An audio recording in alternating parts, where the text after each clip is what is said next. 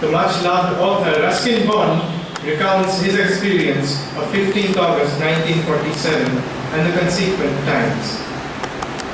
Sometimes young readers ask me, how old were you during the time of independence and what do you remember of it? Well, you would have to be about 80 plus to have any clear memories of August 47 and the months and years leading up to it. I was 13 at the time, tucked away in a boarding school in Shimla, and I remember the day we all marched up to town to witness the Indian flag being raised for the first time. Shimla was still the summer capital of India, so it was quite an event. Of course it was raining, as you would expect in the middle of the monsoon, and we were in our raincoats and gumboots, while a sea of umbrellas covered them all. What did I feel as I saw the Union Jack being lowered and the Indian tricolour replacing it? I was still a small boy, and I don't think I had strong feelings about it, one way or another. 2 years later, as school prefect, it became my duty to raise the Indian flag on the school flat. At school, geography was my favorite subject, and I liked poring over maps. As a result of the 2 world wars, maps kept changing, and in 1947, the map of India changed too, and quite dramatically.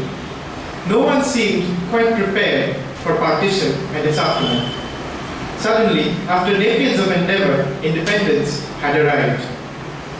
The war had changed everything. The British were in a hurry to leave. Our leaders, or most of them, were in a hurry to take over.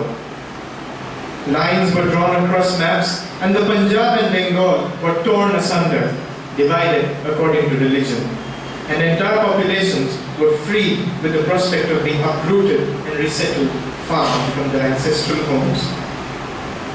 Violence spread over northern India, and almost everywhere, in small towns, large cities, villages, mobs went on the rampage, killing indiscriminately, burning the properties of rival communities. There were not enough soldiers, Indian or British, to handle the situation. About 1/3 of the boys in my school came from Lahore and Peshawar, now in Pakistan, and they had to be evacuated. Overnight, they were whisked away in army trucks. 2 of my best friends among them, no time to say goodbye. All got home safely. Not so the servants who accompanied them. They strayed from the party and were killed in the bazaars of Kalka. Back in my hometown of Dehradun, there was considerable carnage. Old residents talk nostalgically of the canal that ran down East Canal Road. My mother, who was then living just behind the Karanpur police station, told me of how the little canal was choked with the bodies of riot victims. My stepfather, a Hindu gentleman, helped Muslim friends to escape by driving them to the border in his old Ford convertible.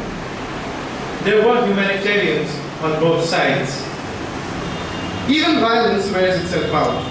In December, I came home to Dehra for my winter holidays. It was a peaceful, sleepy little town again. I went to the pictures twice a week, walking home after dark across the lonely parade ground. No one bothered me. Late January, I had just settled down to see a film called Blossoms in the Dust. They had begun showing the credits.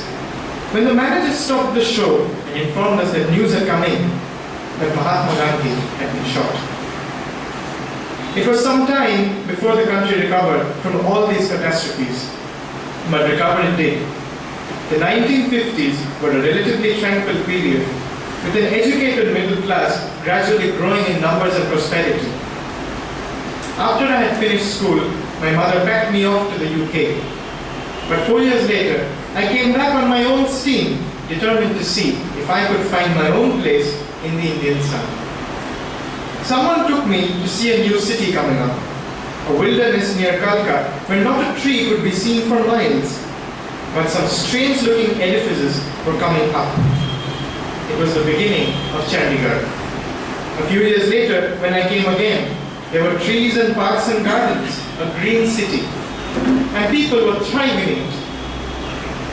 I had seen history happen, and geography too, and I'm lucky enough to see it still happening.